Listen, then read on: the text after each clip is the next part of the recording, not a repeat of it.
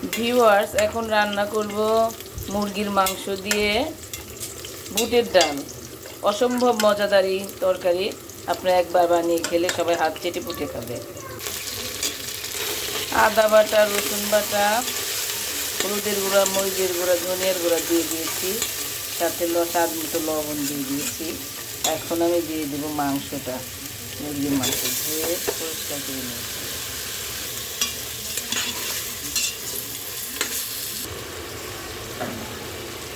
মাংসগুলো 10 মিনিট কষিয়ে নিয়েছি।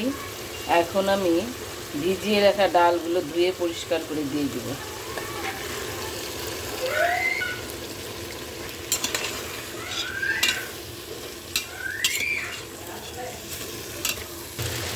ডাল সহ মাংসটা কষিয়ে নিয়েছি ভালো করে।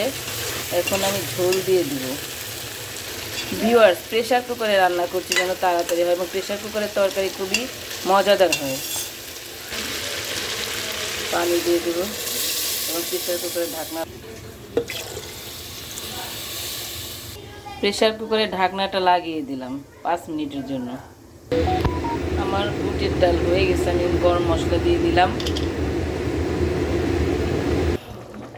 আমার বুটের ডাল হয়ে গেছে, আমি এখন নামিয়ে ফেলবো। ভিউয়ার্স, আমার রান্নাটি ভালো লাগলে সাবস্ক্রাইব করে দিবেন, বেল আইকন টিপে দিবেন, এবং ফেসবুকে দেখে লাইক এবং ফলো দিয়ে দিবেন।